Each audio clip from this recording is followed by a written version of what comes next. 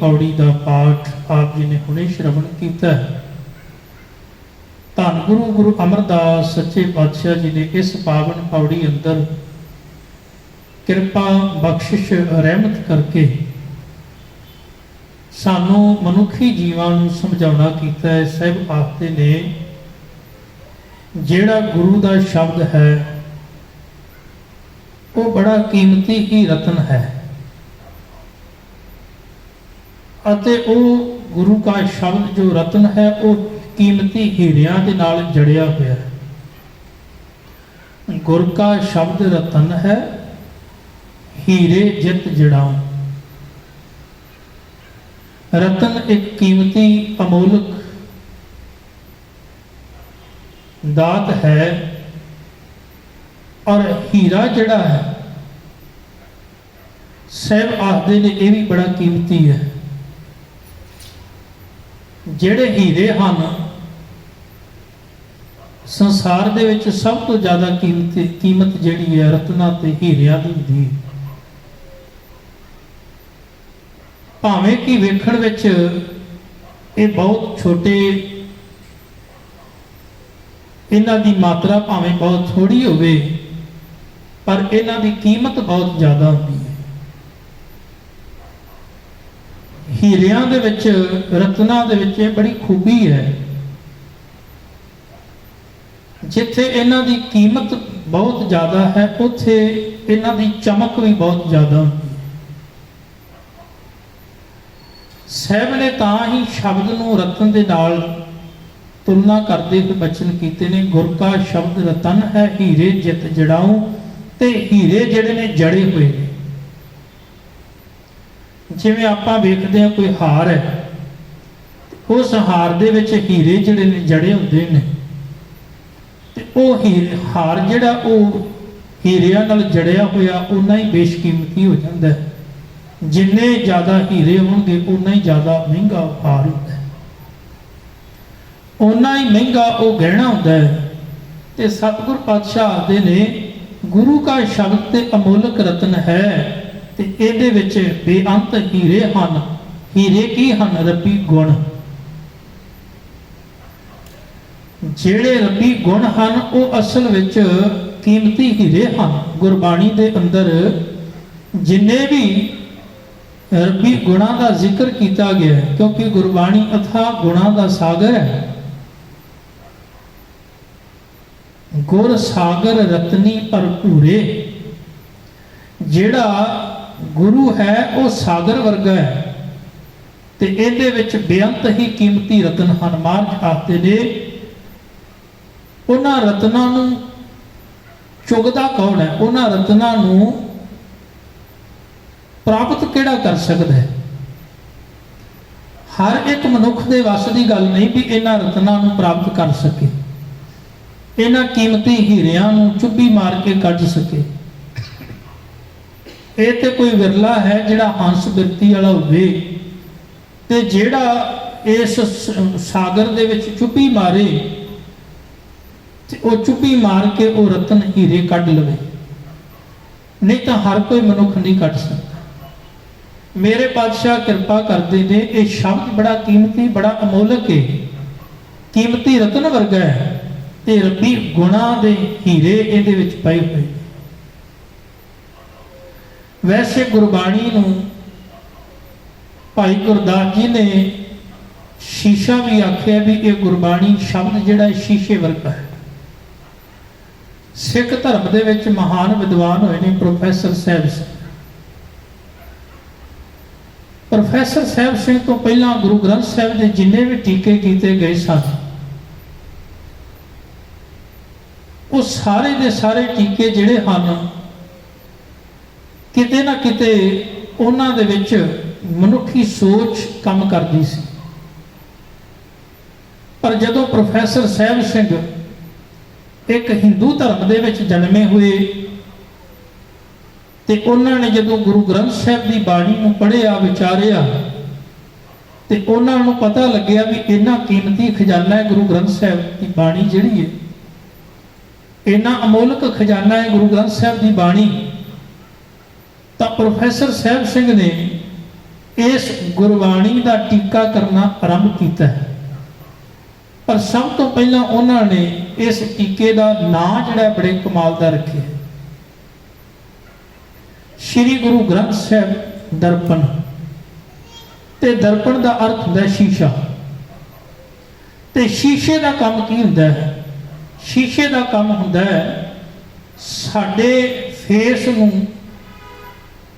वो बिल्कुल सामने प्रतख ओहो जिहा विखाउंदा जिहो जिहा है।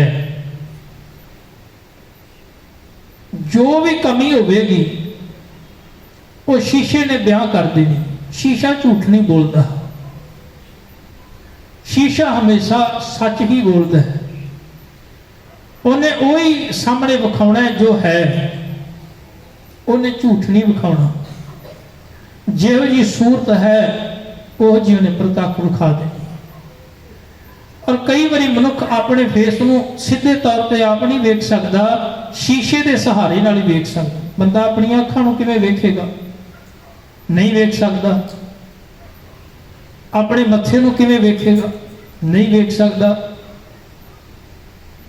तो ये अपने फेस नूं, अपने चेहरे नूं वेखण वास्ते मनुख शीशे का सहारा लैंदा है। ते गुरुदेव आखदे भी जदों तूं अपने अंदर मन नूं वेखना होवे ते फिर तेन गुरु शब्द रूपी शीशे का सहारा लेना पवेगा। यही कारण है कि गुरु साडे अंदर की सारी कहानी शीशे वांगू प्रतख विखा देता है। गुरु साडे अंदर के हाव भाव नूं साडे सामने रख देता है। साडे अंदर की चल रहा है, की कर रहे हैं, की करन जा रहे हैं, वो सब गुरु का शब्द पहले ही विखा देता है। सानू पता लग जाता है भी जो गुरु कह रहा है वो तो वाकई ही मेरे जीवन का एक हिस्सा है। मैं ये जीवन दे विच कर रहा हूँ। वो गल वखरी कि बंदा अपने आप को इहदे तो दूर करने का यतन करता है, असलीयत तो सच तो दूर भजन का यतन करता है भी किते मेरी कमी मैनू नज़र ना आ जाए, मेरी कमजोरी मैनू पता ना लग जाए। क्योंकि जिस कमी पता लगी तो फिर उस दिन इन्हें यह भी यतन करना है कमी दूर करा। जो तन ते किते दाग लगा है, कपड़े ते दाग लगा है, ये नहीं चाहता भी ये दाग लगा रहे या तो कपड़ा ही बदल लवेगा या उस दाग को हटाने का धोने का यतन करेगा। इस तरह जो मन उत्ते दाग लग जाते हैं, चित्त ते दाग लग जाते हैं विकारां दे, अवगुणां दे, गुरु का शब्द फिर उन्होंने विखाउंदा है। आ वेख किते हंकार दा, किते लोभ दा, किते लालच दा, किन्ने को बुराइयां दे दाग तेरे अंदर लगे हुए ने, वो सारे गुरु के शब्द ने विखा देने। आ वेख ये तेरे अंदर की कहानी नहीं, तेरे अंदर की तस्वीर नहीं। भाई गुरदास जी ने एक बड़ा प्यारा बचन उच्चारण किया है। वो आखदे ने जदों मैं अपने अंदर वेखदा हां ते इंज प्रतीत हुंदा है भी आ जिन्नियां भी बुराइयां ये सारियां भावें मैं पढ़दा हां पर ये मैनूं मेरे अंदर नज़र आउंदियां ने। जदों गुरु के शब्द नूं आपां पढ़ांगे, विचारांगे, फिर पता लगेगा भी ये सारियां कमियां, ये कमजोरियां साडे अपने अंदर भी मौजूद ने। भाई गुरदास जी ने बड़ा प्यारा बचन उच्चारण किया। वो आखदे ने कह लगे कि जदों मैं झाती मारी अपने अंदर ते मैनू नज़र आया, हाँ अपराधी गुनहगार, हाँ बेमुख मंदा। कह लगे मैं वेख्या कि मैं ते अपराधी हाँ, नित अपराध करदा हाँ, बुरे काम करदा हाँ, हाँ अपराधी गुनहगार, ते किन्ने को गुनाह रोज करदा हाँ, को अंत नहीं। हुण गुरबाणी का शब्द जदों पढ़िया, असी खते बहुत कमावदे अंत ना पारावार, हर कृपा करके बख्श लाहो पापी वट गुनहगार। पता लग्या भी वाकई मैं तो किन्नियां गलतियां करता हाँ। ते साहब आखदे ने गलती ये नहीं भी एक दो चार कर लियां, गलतियां इस तरीके नाल कह लगे लेख है कते ने छुट्टी है। जे रब साडे दिन दे कीते हुए कर्मां दे लेखे जोखे कर लग जावे ना, जिन्ने असी ਗੁਨਾਹ ਕਰਦੇ ਆ ਇਸ ਸੰਸਾਰ ਦੇ ਵਿੱਚ। ਜੇ ਮਹਾਰਾਜ ਤੋਂ ਲੇਖਾ ਕਰਨ ਲੱਗ ਜਾਵੇ ਨਾ ਤੇ ਫਿਰ ਆਪਾਂ ਲੇਖਿਆਂ ਨਾਲ ਨਹੀਂ ਛੁੱਟ ਸਕਦੇ। ਮੈਂ ਅਕਸਰ ਵੇਖਿਆ ਮਨੁੱਖ ਚੰਗੇ ਕੰਮਾਂ ਦੀ ਲਿਸਟ ਤਾਂ ਬਣਾ ਲੈਂਦਾ, ਮੈਂ ਅੱਜ ਇੰਨੇ ਚੰਗੇ ਕੰਮ ਕੀਤੇ ਨੇ, ਡਾਇਰੀ ਤੇ ਨੋਟ ਕਰ ਲੈਂਦਾ, ਪਰ ਮਾਫ ਕਰਨਾ ਜੇ ਕਿਤੇ ਆਪਣੇ ਬੁਰੇ ਕੰਮ ਵੀ ਨੋਟ ਕਰਨ ਲੱਗ ਜਾਵੇ ਤੀਜੇ ਚੌਥੇ ਦਿਨ ਡਾਇਰੀ ਭਰ ਜਾਣੀ, ਫਿਰ ਦੂਜੀ ਲਾਉਣੀ ਪਊਗੀ। ਕਿਉਂ? ਬੁਰਾਈਆਂ ਜੀਵਨ ਵਿੱਚ ਇੰਨੀਆਂ ਨੇ। ਸਾਹਿਬ ਆਖਦੇ ਨੇ ਲੇਖਾ ਕਤੈ ਨਾ ਛੁੱਟੀਏ। ਮਹਾਰਾਜ ਜੇ ਤੂੰ ਲੇਖਾ ਕਰਨ ਲੱਗ ਜਾਏ ਤੇ ਫਿਰ ਲੇਖਿਆਂ ਦੇ ਹਿਸਾਬ ਨਾਲ ਕਦੀ ਨਹੀਂ ਛੁੱਟ ਸਕਦੇ, ਲੇਖਿਆਂ ਦੇ ਹਿਸਾਬ ਨਾਲ ਨਹੀਂ ਬਚ ਸਕਦੇ। ਲੇਖਾ ਕਤੈ ਨਾ ਛੁੱਟੀਏ ਖਿਨ ਖਿਨ ਭੁੱਲਣ ਹਾਰ। ਅਸੀਂ ਤੇ ਹਰ ਖਿਨ ਭੁੱਲ ਕਰਨ ਵਾਲੇ ਹਾਂ, ਹਰ ਛਿਨ ਭੁੱਲ ਕਰਦੇ ਹਾਂ। ਕਿਤੇ ਮੁਖ ਤੋਂ ਝੂਠ ਨਿਕਲਦਾ ਹੈ, ਕਿਤੇ ਅੱਖਾਂ ਤੋਂ ਕਹਿਣ ਲੱਗੇ ਪਰਾਇਆ ਤਨ ਧਨ ਤੇ ਨਜ਼ਰ ਹੈ, ਕਿਤੇ ਕੰਨਾਂ ਰਾਹੀਂ ਨਿੰਦਿਆ ਸੁਣੀ ਜਾ ਰਹੀ, ਕਿਤੇ ਚੁਗਲੀ ਸੁਣੀ ਜਾ ਰਹੀ, ਕਿ ਜ਼ੁਬਾਨ ਰਾਹੀਂ ਕਹਿਣ ਲੱਗੇ ਨਿੰਦਿਆ ਚੁਗਲੀ ਕੀਤੀ ਜਾ ਰਹੀ ਹੈ। ਇਹ ਤਾਂ ਹਰ ਖਿਨ ਮਨੁੱਖ ਜਿਹੜਾ ਹੈ ਗਲਤੀਆਂ ਕਰ ਰਿਹਾ ਹੈ, ਭੁੱਲਾਂ ਕਰ ਰਿਹਾ ਹੈ। ਤੇ ਕੀ ਭੁੱਲਾਂ ਦੇ ਆਧਾਰ ਤੇ ਅਸੀਂ ਬਖਸ਼ੇ ਜਾ ਸਕਦੇ ਹਾਂ? ਕਦੇ ਵੀ ਨਹੀਂ। ਭਾਈ ਗੁਰਦਾਸ ਜੀ ਆਖਦੇ ਨੇ ਗੁਰਬਾਣੀ ਦਾ ਖਜ਼ਾਨਾ ਸ਼ੀਸ਼ੇ ਵਰਗਾ ਹੈ, ਇਹਨੂੰ ਆਪਣੇ ਸਾਹਮਣੇ ਰੱਖ ਕੇ ਵੇਖ ਤੇਰੀ ਤਸਵੀਰ ਤੈਨੂੰ ਨਜ਼ਰ ਆਵੇਗੀ। ਕਹਿਣ ਲੱਗੇ ਹਾਂ ਅਪਰਾਧੀ ਗੁਨਹਗਾਰ ਹਾਂ ਬੇਮੁਖ ਮੰਦਾ। ਮੈਂ ਗੁਨਾਹਗਾਰ, ਮੈਂ ਬੇਮੁਖ ਹਾਂ, ਮੇਰਾ ਤੇ ਮੁਖ ਹੀ ਗੁਰੂ ਵੱਲ ਨਹੀਂ ਹੈਗਾ, ਮੇਰੀ ਤੇ ਪਿੱਠ ਗੁਰੂ ਵੱਲ ਹੋਈ ਪਈ ਹੈ। ਹਾਂ ਬੇਮੁਖ ਮੰਦਾ, ਮੈਂ ਤੇ ਮੰਦਾ ਹਾਂ। ਭਾਵੇਂ ਸਾਰੀ ਜ਼ਿੰਦਗੀ ਦਾਅਵਾ ਕਰਦਾ ਰਿਹਾ ਵੀ ਮੈਂ ਬਹੁਤ ਚੰਗਾ ਹਾਂ, ਮੈਂ ਬਹੁਤ ਸਿਆਣਾ ਹਾਂ, ਬਹੁਤ ਸਮਝਦਾਰ ਹਾਂ, ਦਾਅਵਾ ਕਰਦਾ ਰਿਹਾ, ਪਰ ਕਹਿਣ ਲੱਗੇ ਅਸਲ ਦੇ ਵਿੱਚ ਮੇਰੇ ਵਰਗਾ ਦੁਨੀਆ ਵਿੱਚ ਮੰਦਾ ਕੋਈ, ਬੁਰਾ ਕੋਈ ਨਹੀਂ। ਹਾਂ ਅਪਰਾਧੀ ਗੁਨਹਗਾਰ ਹਾਂ ਬੇਮੁਖ ਮੰਦਾ। ਫਿਰ ਨਾਲ ਆਖਦੇ ਨੇ, ਕਹਿਣ ਲੱਗੇ ਜਦੋਂ ਮੈਂ ਆਪਣੇ ਅੰਦਰ ਝਾਤੀ ਮਾਰੀ ਪਤਾ ਲੱਗਿਆ ਕਿ ਕਹਿ ਲਗੇ ਚੋਰ ਯਾਰ ਜੁਆਰ ਪਰ ਘਰ ਜੋ ਹੰਦਾ। ਕਹਿ ਲਗੇ ਚੋਰੀਆਂ ਯਾਰੀਆਂ, ਕਹਿ ਲਗੇ ਹੋਰ ਤਾਂ ਹੋਰ, ਪਰ ਘਰ ਪਰਾਏ ਘਰ ਤੇ ਨਜ਼ਰ ਹਮੇਸ਼ਾ ਰੱਖਦਾ ਹੈ। ਕੌਣ ਕੀ ਖਾ ਰਿਹਾ ਹੈ, ਕੀ ਪਾ ਰਿਹਾ ਹੈ, ਕਿੱਥੇ ਜਾ ਰਿਹਾ ਹੈ, ਕੀ ਕਰ ਰਿਹਾ ਹੈ, ਇਹ ਸਾਰੇ ਦਾ ਸਾਰਾ ਮੈਂ ਧਿਆਨ ਸਦਾ ਹੀ ਕੁਦਰ ਲਾਈ ਰੱਖਦਾ ਹੈ। ਸਾਹਿਬ ਆਖਦੇ ਨੇ ਭਾਈ ਗੁਰਦਾਸ ਜੀ, ਕਹਿਣ ਲੱਗੇ ਚੋਰ ਯਾਰ ਜੁਆਰ ਪਰ ਘਰ ਜੋ ਹੰਦਾ। ਤੇ ਨਾਲ ਬਚਨ ਆਖਿਆ, ਕਹਿਣ ਲੱਗੇ ਨਿੰਦਕ ਦੁਸ਼ਟ ਹਰਾਮ ਖੋਰ ਠੱਗ ਦੇਸ਼ ਠਗੰਦਾ। ਕਹਿਣ ਲੱਗੇ ਨਿੰਦਿਆ ਵੀ ਰੱਜ ਕੇ, ਨਿੰਦਕ ਵੀ ਆ। ਨਿੰਦਕ ਦੁਸ਼ਟ, ਦੁਸ਼ਟ ਕਹਿੰਦੇ ਨੇ ਉਹ ਮਨੁੱਖ ਜਿਹੜਾ ਗੁਨਾਹਾਂ ਦਾ ਕਹਿਣ ਲੱਗੇ ਸ਼ੈਤਾਨ ਹੋਵੇ, ਸ਼ੈਤਾਨੀਆਂ ਕਰਨ ਵਾਲਾ, ਪਾਪ ਕਰਨ ਵਾਲਾ। ਨਿੰਦਕ ਦੁਸ਼ਟ ਹਰਾਮ ਖੋਰ, ਜਿਹੜਾ ਮਨੁੱਖ ਮਾਲਕ ਦਾ ਲੂਣ ਖਾ ਕੇ ਤੇ ਲੂਣ ਹਰਾਮੀ ਕਰੇ। ਸਾਹਿਬ ਆਖਦੇ ਨੇ ਨਿੰਦਕ ਦੁਸ਼ਟ ਹਰਾਮ ਖੋਰ ਠੱਗ ਦੇਸ਼ ਠਗੰਦਾ। ਮੈਂ ਤੇ ਦੇਸ਼ਾਂ ਦੇ ਦੇਸ਼ ਹੀ ਠੱਗੀ ਜਾਣਾ, ਮੇਰੀ ਹਾਲਤ ਐਸੀ। ਕਾਮ ਕ੍ਰੋਧ ਲੋਭ, ਕਾਮ ਕ੍ਰੋਧ ਮਦ ਲੋਭ ਮੋਹ ਅਹੰਕਾਰ ਕਰਨ ਦਾ, ਕਾਮੀ ਵੀ ਕ੍ਰੋਧੀ ਵੀ, ਤੇ ਕਹਿ ਲੱਗੇ ਸੰਸਾਰ ਦੇ ਵਿਸ਼ੇ ਵਿਕਾਰਾਂ ਦੇ ਚਸਕੇ ਵੀ। ਤੇ ਅੱਗੇ ਬਚਨ ਕਰਦੇ ਕਹਿਣ ਲੱਗੇ ਮੈਂ ਮੋਹ ਵਿੱਚ ਫਸਿਆ ਹੋਇਆ। ਕਹਿਣ ਲੱਗੇ ਮੋਹ ਵਿੱਚ ਹੀ ਨਹੀਂ ਬਲਕਿ ਹੰਕਾਰ ਦੀ ਮੇਰੇ ਅੰਦਰ ਇੰਨੀ ਕਹਿ ਲਗੇ ਬਿਰਤੀ ਪ੍ਰਬਲ ਹੋਈ ਪਈ ਹੈ ਕਿ ਸਦਾ ਹੀ ਮੇਰੇ ਅੰਦਰੋਂ ਮੈਂ ਹੀ ਨਿਕਲਦੀ। ਕਾਮ ਕ੍ਰੋਧ ਮਦ ਲੋਭ ਮੋਹ ਹੰਕਾਰ ਕਰਨ ਦਾ। ਅੱਗੇ ਬਚਨ ਆਖੇ ਕਹਿਣਗੇ ਮਾਲਕ ਜੀਓ ਜਦੋਂ ਮੈਂ ਗੁਰਬਾਣੀ ਦੇ ਸ਼ੀਸ਼ੇ ਵਿੱਚ ਵੇਖਿਆ ਤੇ ਫਿਰ ਮੈਨੂੰ ਹੋਰ ਪਤਾ ਲੱਗਿਆ ਕਿ ਵੀ ਸਤਿਗੁਰੂ ਅਸਲ ਦੇ ਵਿੱਚ ਮੈਨੂੰ ਤੇ ਕੋਈ ਰੱਖਣ ਵਾਲਾ ਵੀ ਨਹੀਂ ਹੈਗਾ। ਮੇਰੀ ਹਾਲਤ ਐਸੀ, ਮੈਨੂੰ ਕੋਈ ਰੱਖਣ ਵਾਲਾ ਨਹੀਂ ਹੈਗਾ। ਕਿਉਂ?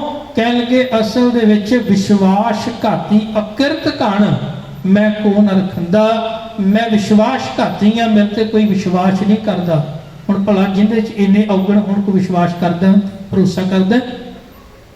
ਕਹਿਣ ਲੱਗੇ ਵਿਸ਼ਵਾਸ ਘਾਤੀ ਅਕਿਰਤ ਕਣ। ਅਕਿਰਤ ਕਣ ਨੂੰ ਕਹਿੰਦੇ ਨੇ ਜਿਹੜਾ ਲੈ ਕੇ ਤੇ ਮੁੱਕਰ ਜਾਵੇ, ਤੇ ਰੋਜ਼ ਮਾਲਕ ਦੇ ਦਰ ਤੋਂ ਮੰਗ ਕੇ ਲੈ ਕੇ ਫਿਰ ਮੁੱਕਰ ਜਾਂਦੇ, ਭੁੱਲ ਜਾਂਦੇ। ਸਾਹਿਬ ਆਖਦੇ ਭਾਈ ਗੁਰਦਾਸ ਜੀ ਭਲਿਆ ਕਦੀ ਗੁਰਬਾਣੀ ਦੇ ਸ਼ੀਸ਼ੇ ਵਿੱਚ ਵੇਖ ਤਸਵੀਰ, ਤੈਨੂੰ ਪਤਾ ਲੱਗੇਗਾ ਇਹ ਬੁਰਾਈਆਂ ਜਿਹੜੀਆਂ ਨੇ ਤੇਰੇ ਅੰਦਰ ਕਿੰਨੀਆਂ ਪ੍ਰਬਲ ਨੇ।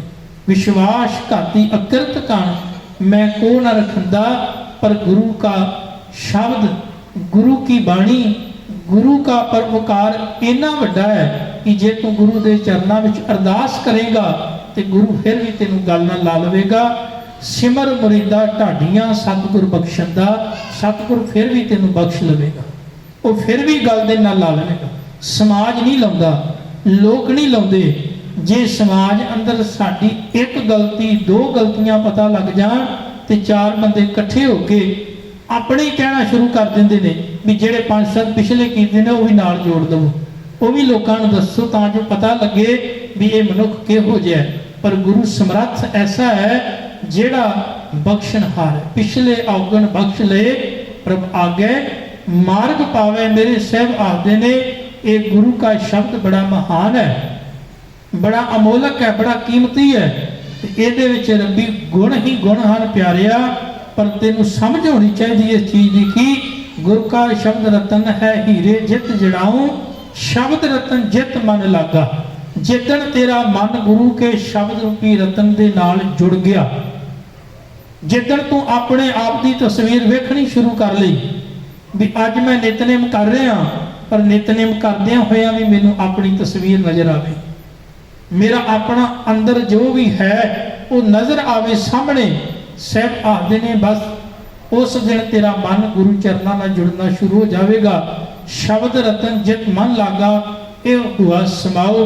एक दिन वो भी आएगा जिदन ये लीन हो जाएगा, गुरु के शब्द में लीन हो जाएगा, बिल्कुल शब्द का रूप हो जाएगा। बाबा लहणा जी ने शब्द सुनिया सी, आशा की वार की 21वीं पौड़ी का बचन सुन लिया भाई जोत जी पासों। जित सेवीए सुख पाइए सो साहिब सदा संभालीए, जित कीता पाइए अपना सा घाल बुरी क्यों घालीए। साहब ने ये पावन बचन सुनिया बाबा लहणा जी ने, ते बस शब्द सुनिया नहीं सी, उस शब्द को इन्ना को कमा लिया, उस शब्द ने इन्ना मन ते प्रभाव पाया, इन्नी चोट की कि वही मन एक दिन फिर इन्ना कुछ शब्द में लीन हो गया कि वही गुरु अंगद साहब पातशाह जी, बाबा लहणा जी जो गुरु अंगद साहब बने ने, फिर आसा की वार दे विच गुरु अंगद साहब की बाणी दर्ज, श्लोक दर्ज ने। क्यों? आसा की वार का रूप बन गए। केवल कदी आसा की वार की पौड़ी का पाठ सुनिया सी गुरु नानक साहब की उचारण की हुई, पर इन्नी कमाई कर ली कि वो रूप हो गए आसा की वार का। ते समा आया गुरु अंगद साहब के श्लोकों तो बिना आशा की वार अधूरी है। तो मेरे साहब आखते ने एक समा वो भी आता है जो मनुख अपने अंदर झाती मारदा है, गुरु का शब्द मनुख के जीवन को इन्ना को तब्दील कर देंदा है, बदल देंदा है। ये कीमती रतन, कीमती हीरे जो साडे अंदर आके वस जाते हैं, उस समय फिर साडा ये जीवन इन्ना कीमती अमोलक हो जाता है कि ये मन जिहड़ा है गुरु शब्द का रूप हो जाता है तो उहदे विच लीन हो जाता है। शब्द सेती मन मिलिया सच्चे लाया भाव, शब्द के नाल मन जिहड़ा है वो जुड़ गया, शब्द अते मन का जिहड़ा सुमेल हो गया।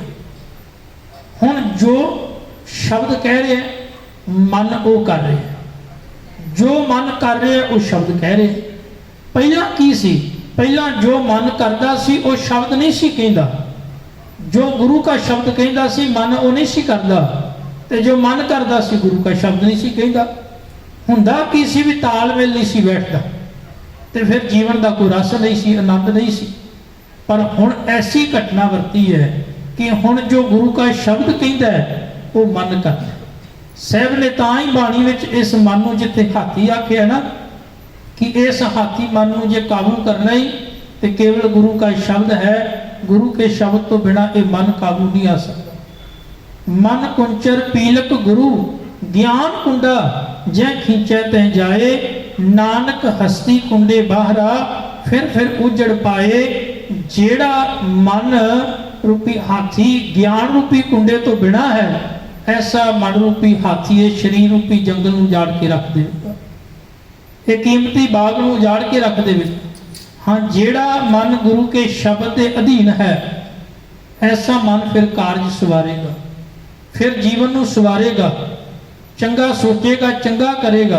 मेरे साहब आखते ने शब्द रतन जित मन लागा ये हुआ समाओ शब्द सेती मन मिलिया सच्चे लाया भाव।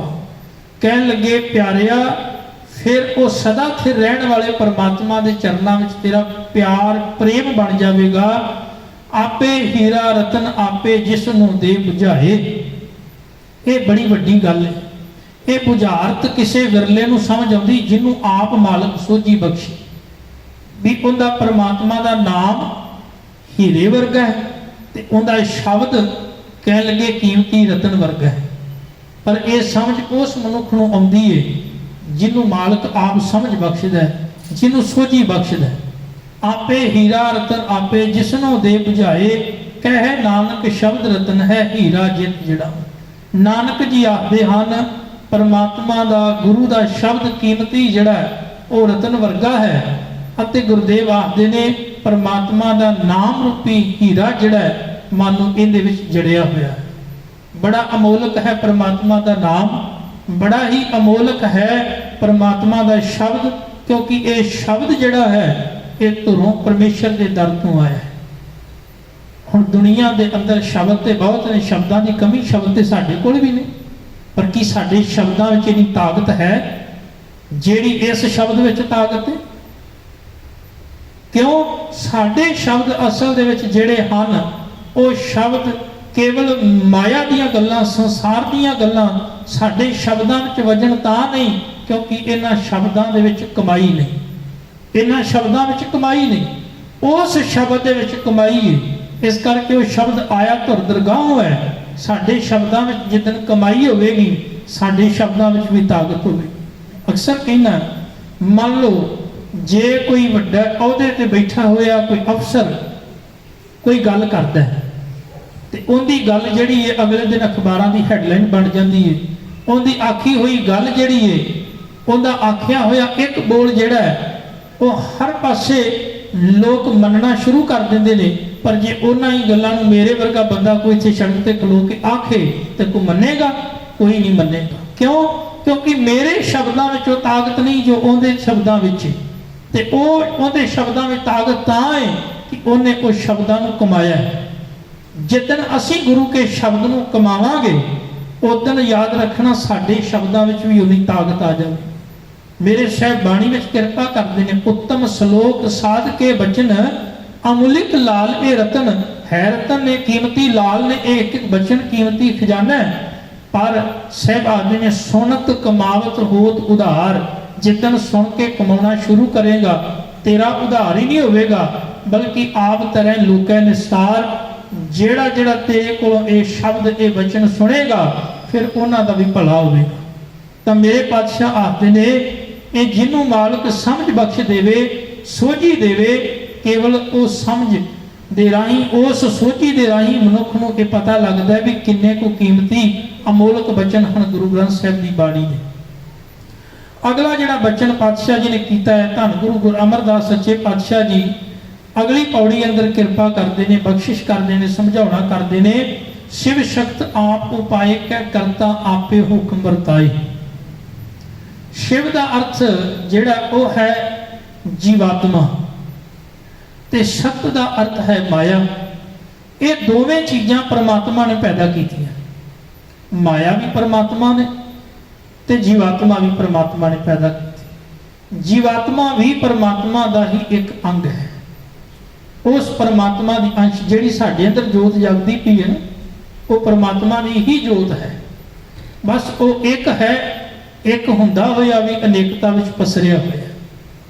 तो मेरे साहब आखदे ने भलिया माया भी परमात्मा ने पैदा की है ते वो जीवात्मा भी परमात्मा ने पैदा की। शिव शक्त आप उपाय कै करता आपे हुक्म वरताए। ते हर किसी संसार में उनका हुक्म जिहड़ा चल रहा। हुण सवाल कई बार ये खड़ा हो जाता है जे सब कुछ परमात्मा के हुक्म दे विच हो रहा है तो फिर जो गलत हो रहा है कि उहदे हुक्म विच हो रहा है? जे उहदे हुक्म विच होया मान लो कोई मनुख अपराध कर देवे ते अगों आखे जी ते रब दे हुक्म विच होया। जे असीं ये गल मान लीए भी सब रब दे हुक्म विच हो रहा उहदे भाणे विच हो रहा है तो फिर आपां जेलां क्यों बनाई अपराधी बंद क्यों कीते? ਤੇ ਜੇ ਆਪਾਂ ਮੰਨ ਲਈਏ ਵੀ ਉਹ ਅਪਰਾਧੀ ਨੇ, ਫਿਰ ਰੱਬ ਦਾ ਹੁਕਮ ਕੀ ਹੋਇਆ? ਸਵਾਲ ਖੜਾ ਹੋਵੇਗਾ। ਸਾਹਿਬ ਆਖਦੇ ਨੇ ਪਿਆਰਿਆ, ਹੋ ਤੇ ਸਭ ਕੁਝ ਹੁਕਮ ਦੇ ਵਿੱਚ ਰਿਹਾ ਹੈ। ਇੱਕ ਖੇਡ ਜਦੋਂ ਖਿਡਾਰੀ ਮੈਦਾਨ ਦੇ ਵਿੱਚ ਜਾਂਦਾ ਹੈ ਤੇ ਉਹਦੇ ਕੁਝ ਕਾਨੂੰਨ, ਕੁਝ ਨਿਯਮ ਨੇ, ਉਸ ਨਿਯਮ ਨੂੰ ਤੋੜ ਨਹੀਂ ਸਕਦਾ ਖਿਡਾਰੀ। ਪਰ ਖਿਡਾਰੀ ਨੇ ਖੇਡਣਾ ਤੇ ਆਪ ਹੈ ਨਾ। ਖਿਡਾਰੀ ਨੂੰ ਇਹਨਾਂ ਤੇ ਪਤਾ ਹੈ ਵੀ ਕਿੰਨੀ ਸੋਹਣੀ ਖੇਡ ਖੇਡਣੀ ਹੈ ਜਿਹਦੇ ਨਾਲ ਮੈਂ ਜਿੱਤ ਸਕਾਂ। ਸੱਚ ਇਹ ਹੈ, ਪਰਮਾਤਮਾ ਦਾ ਹੁਕਮ ਤੇ ਸਾਰਿਆਂ ਤੇ ਲਾਗੂ ਹੈ, ਪਰ ਹਰ ਇੱਕ ਬੰਦੇ ਨੂੰ ਇੰਨੀ ਆਜ਼ਾਦੀ ਰੱਬ ਨੇ ਦਿੱਤੀ ਹੈ ਵੀ ਤੂੰ ਕਿੰਨਾ ਚੰਗਾ ਜੀਵਨ ਜਿਉਣਾ ਹੈ, ਕਿੰਨੀ ਸਮਝ ਨਾਲ ਜੀਵਨ ਨੂੰ ਜਿਉਣਾ ਹੈ। ਇਹ ਖੇਡ ਤਾਂ ਪਰਮਾਤਮਾ ਨੇ ਬਣਾਈ ਹੈ, ਪਰ ਇਸ ਖੇਡ ਨੂੰ ਖੇਡਣਾ ਤੈਨੂੰ ਪੈਣਾ ਹੈ। ਤੈਨੂੰ ਆਪ ਇਸ ਖੇਡ ਵਿੱਚ ਹਿੱਸਾ ਲੈਣਾ ਪੈਣਾ ਹੈ।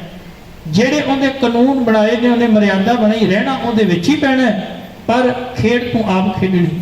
ਤਾਂ ਮੇਰੇ ਸਾਹਿਬ ਆਖਦੇ ਨੇ, ਭਾਵੇਂ ਉਹਨੇ ਮਾਇਆ ਬਣਾਈ, ਭਾਵੇਂ ਉਹਨੇ ਕਹਿੰਦੇ ਜੀਵਾਤਮਾ ਪੈਦਾ ਕੀਤੀ, ਪਰ ਉਹਦਾ ਹੁਕਮ ਹੀ ਵਰਤ ਰਿਹਾ ਹੈ।